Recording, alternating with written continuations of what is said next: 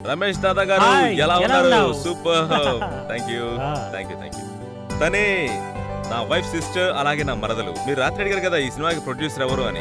ఎవరో కాదు, తనే మన సినిమాకి ప్రొడ్యూసర్. ఓ వావ్, సూపర్ సూపర్. హాయ్. మిమ్మల్ని కలుసుకున్నందుకు నాకు చాలా సంతోషంగా ఉంది. Thank very you. Good. Keep it up, keep it up. మిమ్మల్ని మీట్ చేసినందుకు చాలా సార్ రాజుగారిని అడగండి ఏమేం కావాలో ఆయన ఆ, చెప్తే నేను రమేష్ అన్ని గారు ఇప్పుడు మనం ఈ తెప్పించేస్తాను. షాట్ ని ఎలా తీయబోతున్నాం ఒకసారి చెప్తారా?